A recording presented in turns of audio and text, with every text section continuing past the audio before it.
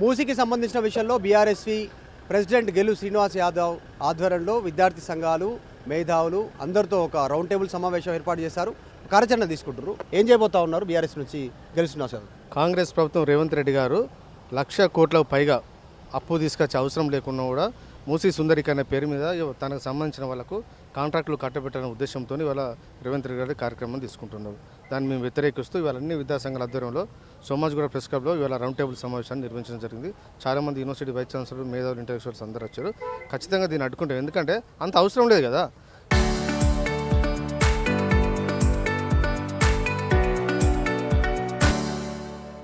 ఇప్పుడు కేసీఆర్ గారు ప్రాజెక్టులు కట్టారంటే రైతాంగాన్ని బాగు చేయడానికి ప్రతి వ్యవసాయాన్ని ప్రతి ఎకరాన్ని కూడా స్థిరీకరించాలనే ఉద్దేశంతో, అదేవిధంగా చెరువును బాగు చేసినంటే వాటర్ పునర్జీవనం చేయాలనే ఉద్దేశంతో ఇవాళ కేసీఆర్ గారు తీసుకొచ్చారు.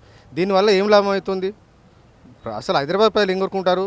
మూసిని శుద్ధి ఏమంటున్నారు? ఎస్టీపుల్ నిర్మాణం కంప్లీట్ చేసి తొందరగా చేసి హైదరాబాద్లో వాటర్ శుద్ధి చేస్తే పొల్యూషన్ మూసీ నదిలో కలవకుండా శుద్ధి చేయాలని చెప్పి హైదరాబాద్ ప్రజలు కోరుకుంటారు.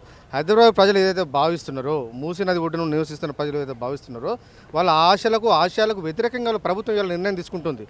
అదేవిధంగా 10,000 కుటుంబాలు ఇవాళ రోడ్డున పడిసే కార్యక్రమం ఇవాళ మూసీ సుందరీకరణ పేరు మీద ఇవాళ రేవంత్ రెడ్డి గారు తీసుకుంటారు. అందుకే దీనికి వ్యతిరేకంగా మేము అన్ని విద్యార్థి సంఘాలను కలిసి వస్తున్న ప్రజా సంఘాలను కలుపుకొని ఇవాళ ఈ ప్రభుత్వానికి వ్యతిరేకంగా మేము పోరాటం చేయబోతా ఉన్నాం. ఏం అభిప్రాయం వ్యక్తమైంది? వివిధ రాజకీయ విద్యార్థి తర్వాత అందరూ ఇక్కడికి జాయిన్ అయ్యారు కాబట్టి మాట్లాడారు, వారి అభిప్రాయం చెప్పారు. కార్యాచరణ ఏంది? ఫర్దర్ ఏం చేయబోతాం? అందరు అద్దంటున్నారు. అసలు దీనివల్ల ఏం లాభం లేదు కదా.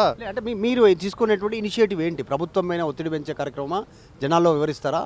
బీఆర్ఎస్వి ఆధ్వర్యంలో ఇంత పెద్ద కార్యక్రమం ఏం చేయబోతున్నారు? నెక్స్ట్ 4వ తారీఖు నుంచి ఒక 50 టీములుగా, టీంకి ఒక 10 మంది చొప్పున దాదాపు 500 నుంచి ఒక 700 మంది విద్యార్థులందరినీ, హైదరాబాద్ సంబంధించిన విద్యార్థులందరినీ జమేసి మూసీ పరివాహక ప్రాంతంలో ఉన్న ప్రజలందరినీ చైతన్యం చేయడానికి పోస్టర్లు, కరపత్రాల ద్వారా ఇంటింటి తిరిగి వివరించి చెప్తాం. ఈ ప్రాజెక్టు వల్ల ఏ విధంగా రాష్ట్ర ప్రజల మీద ఆర్థికంగా బడ్డెన్ పడిపోతుంది, ఏ విధంగా ఇళ్ళని కోల్పోతున్నారు, ఏ విధంగా నష్టపోతున్నారు, ఎన్ని కుటుంబాలు నిరాశలు అవుతున్న అంశాల మీద ప్రతి ఒక్కరికి చైతన్యం చేస్తాం.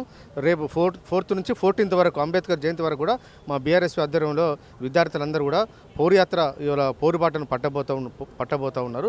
ఖచ్చితంగా ప్రజలను చైతన్యం చేస్తాం. ఈ ప్రభుత్వానికి కనువిప్పు కలిగే విధంగా కలిసి వచ్చే శక్తులందరినీ కలుపుకొని మేము ముందు పోతాం. ముఖ్యమంత్రి మొన్ననే శంకుస్థాపన చేసిరు గుడికి, అక్కడనే మంచిర్యాల దగ్గర.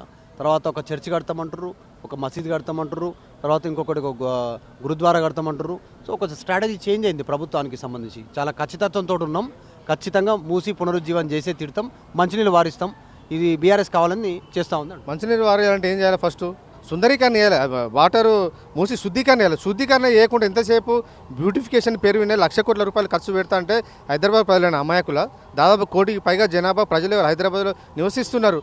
వాళ్ళ అభిప్రాయాలు వ్యతిరేకంగా నిర్ణయం తీసుకున్నట్టే ఎవరు ఒప్పుకోరు.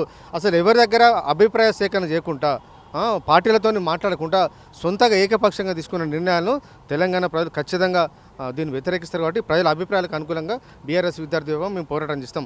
ఆనాడు తెలంగాణ ఉద్యమంలో కూడా కాంగ్రెస్ పార్టీ కూడా హైదరాబాద్ లేకుండా తెలంగాణ ఇవ్వాలని చెప్పి సోనియా గాంధీ చూస్తే కూడా మేము పోరాడడం వ్యతిరేకంగా కొట్లాడినాం. కాబట్టి హైదరాబాద్కు కూడిన తెలంగాణ మేము సాధించుకున్నాం. ఇవాళ కూడా మూసీ నది పేరు మీద జరగబోతున్న ఈ ఆర్థిక దోపిడీని ఖచ్చితంగా అడ్డుకొని తీరుతాం.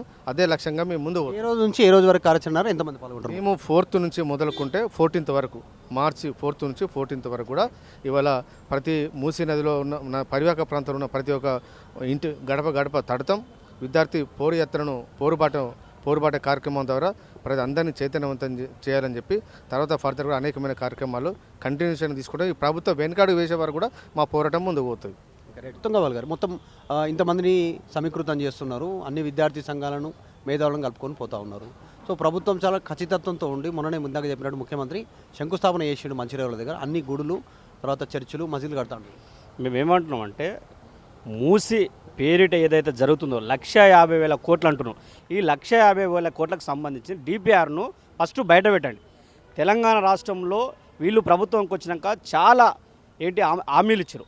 వాటి హామీలను పక్కబెట్టి వీళ్ళు ఎలక్షన్ మేనిఫెస్టోలో పెట్టలేదు. మూసి సుందరీకరణ చేస్తామని పెట్టలే, ఎక్కడ ఫ్యూచర్ సిటీ అని పెట్టలే, ఇంకోటి పెట్టలే. వీళ్ళు పెట్టని దానికి ఇవాళ పెట్టినటువంటి కార్యక్రమాలు తీసుకోకుండా వీళ్ళు 420 హామీలు కావచ్చు, 6 గ్యారెంటీ వాటి మీద దృష్టి పెట్టకుండా ఇవాళ మీరు కేవలం మూసీ సుందరీకరణ మేము వ్యతిరేకం కాదు. మూసీని ఫస్ట్ శుద్ధి చేయండి. సుందరీకరణ కంటే ముందు శుద్ధి చేయండి. ఆ శుద్ధి చేస్తే ఆ ప్రజలకు అక్కడ ఉన్నటువంటి వాళ్ళకు మూసి వాసన పోతుంది. శుద్ధి చేయకుండా సుందరీకరణ దాన్ని డిజైన్ చేస్తాం, దాన్ని బాగుపరుస్తాం, దానిలో హోటళ్ళు కడతాం, దానిలో రెస్టారెంట్లు కడతాం అని చెప్పేసి 1,50,000 కోట్లకు మేము వ్యతిరేకం. ఈ 1,50,000 కోట్లు ప్రజల సొమ్మును ఈ మూసి సుందరీకరణ పేరు చేత ప్రజల సొమ్మును మీరు అక్కనంగా మీరు చేర్చుకోవాలని ఒక రియల్ ఎస్టేట్ వ్యాపారం కోసం చేస్తున్నారు కాబట్టి దీన్ని వ్యతిరేకిస్తూ ఇవాళ మేము బీఆర్ఎస్పీ భారత రాష్ట్ర సమితి విద్యార్థి విభాగం ఆధ్వర్యంలో ఈరోజు సోమాజిగూడ వేదికగా అనేక విద్యార్థి సంఘాలను అదేవిధంగా ప్రజా సంఘాలను మేధావులందరినీ కూడా ఏకతాటిపైకి తెచ్చి ఆనాడు తెలంగాణ ఉద్యమంలో బీఆర్ఎస్ ఏ విధంగా పోరాటం చేస్తుందో, ఆనాడు తెలంగాణ ఉద్యమంలో తెలంగాణలో హైదరాబాద్ తెలంగాణ ఇస్తామంటే అలా సిర్ప్ హమారా తెలంగాణ ఏ విధంగా హైదరాబాద్ వేదికగా తెలంగాణ ఇవ్వాలని చెప్పి ఏ విధంగా ఫైట్ చేసినామో ఈరోజు కూడా 1,50,000 కోట్లను మేము వ్యతిరేకిస్తున్నాం. కాబట్టి ఆ 1,50,000 కోట్ల వ్యతిరేకిస్తూ ఖచ్చితంగా ఈ మూసీ సుందరీకరణను అడ్డుకొని తీరుతామని చెప్పి ఈ సందర్భంగా తెలియజేస్తున్నాం. ఆల్రెడీ మొన్ననే అసెంబ్లీలో హెయిట్ స్పీచ్కి సంబంధించి చట్టం చేసిరు. సోషల్ మీడియాలో పోస్ట్ పెడితేనే కేసు పెట్టి లోపలేసేటువంటి చట్టం అది. మీరు వ్యతిరేకిస్తామంటారు ప్రభుత్వ నిర్ణయానికి, పెద్ద ఎత్తున కార్యాచరణ రూపొందిస్తారు. కేసులు కావా, ఎంతమందిని మీరు మరి ఇంతమందిని తీసుకుపోతా అంటారు కేసులు కావా? మేము కేసులకు ఏనాడు భయపడలేదు. అనేక కేసులు ఈ 2.5 సంవత్సరాలకు అనేక కార్యక్రమాలు చేసిన అనేక కేసులు మా మీద పెట్టడం జరిగింది. అదేవిధంగా ఆనాడు తెలంగాణ ఉద్యమంలో అనేక సందర్భాలుగా కేసులు అయినాయి. అదేవిధంగా జైల్లోకి వచ్చినాం. అనేక సందర్భాలుగా తెలంగాణ ప్రజల కోసం పోరాటం చేసినటువంటి మా విద్యార్థి విభాగం ఇవాళ ప్రజల కోసం, ప్రజల పక్షాన ఖచ్చితంగా అక్కడ ఉన్నటువంటి బాధితుల పక్షాన, అక్కడ ఉన్నటువంటి ప్రజల పక్షాన కొట్టడానికి ఎన్ని కేసులకైనా మేము వెనక్కి అడుగు వేయం. ఎందుకంటే ఇవాళ ఎన్ని చట్టాలు తెచ్చినా ఇవాళ ఈయన చట్టాలు తెచ్చి ఈయన మాట్లాడితే కేసు, నిలబడితే కేసు, అంటే చూస్తే కేసు అని చెప్పేసి ఈయన ఇష్టం ఉన్నట్టు చట్టాలను చేస్తుడు. ఇలా దానికి మేము ఖచ్చితంగా, ఎందుకంటే ఈయన ఇష్టం ఉన్నట్టు చేస్తుండు. ఇలా అధికారం ఉంది కాబట్టి చట్టాలను చేస్తుడు. ఇలా అనేక కొత్త చట్టాలు వచ్చినాయి. ఆల్రెడీ BNSS ద్వారా అనేక చట్టాలు వచ్చినాయి. ఈయన అసెంబ్లీ ద్వారా ఈయన చట్టాలు చేస్తుండు. ఇలా అంటే యూట్యూబ్ ఛానల్స్ ద్వారా మాట్లాడితే, లేకపోతే వాళ్ళ యొక్క సొంతంగా ఎవరైనా కూడా ప్రశ్నించవచ్చు ప్రజాస్వామ్యం. ఇలా ప్రజాస్వామ్యంలో ఉన్నప్పుడు ప్రజలు ఖచ్చితంగా అడుగుతారు. అడగడానికి కూడా వీళ్ళు తప్పుపట్టి అడగడానికి కూడా కేసు పెడతాంటే కూడా ప్రజలు ఎవరు కూడా ఊరుకోరు. ఖచ్చితంగా రేవంత్ రెడ్డికి బుద్ధి చెప్పే రోజులు దగ్గరికి వచ్చినాయి. ఈ మూసీ సుందరీకరణ పేరుతోనే ఖచ్చితంగా యావత్ తెలంగాణ అంతా కూడా ఏకమై మూసీ సుందరీకరణకు వ్యతిరేకంగా ఖచ్చితంగా అడ్డుకొని తీరుతాం. దీనిలో ముందడుగుగా మేము బీఆర్ఎస్పీ కార్యక్రమం తీసుకున్నాం. ఏప్రిల్ 4వ తారీఖు నుంచి ఏప్రిల్ 14వ తారీఖు వరకు ఈ కార్యక్రమం కొనసాగుతుందని చెప్పి ఈ సందర్భంగా తెలియజేస్తున్నాం.